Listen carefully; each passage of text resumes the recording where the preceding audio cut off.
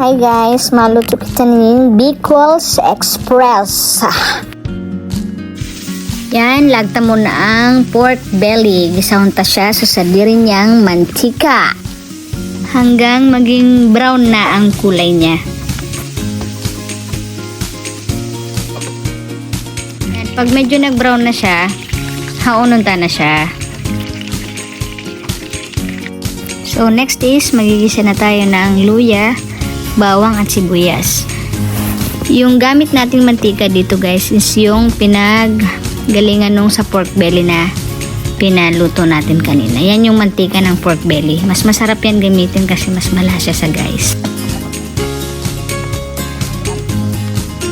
Tapos yan, lagay na natin yung pork belly na ginawa natin kanina. Tapos halu-haluin natin siya. Yan. After, ilagay na natin yung shrimp paste.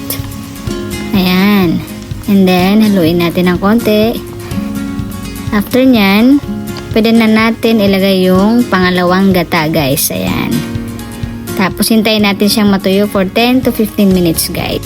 So, yan. Tuyo na siya. Medyo tuyo na siya. Pwede na natin ilagay yung sili guys. Green or red na sili. Mas masarap, mas maanghang guys. Para sa mga Bicolana, mas masarap yung anghang siya guys. So ayan, after that ilagay na natin yung unang gata. Kung sa Bicol yan ay lipotok. Tapos yan guys, haluin natin siya para di mamuo yung gata niya guys. Then haluin natin ng medyo ilang minuto guys.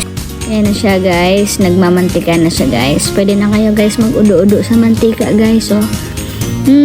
Sarap. Ready to eat na tayo guys. Kanin na lang yung kulang. Kain na tayo. Ayan po ang aking nagmamantikang Bicol Express guys. Pang isang buwan na naming ulam yan guys po. Salamat. Thank you for watching. Enjoy. Sarap.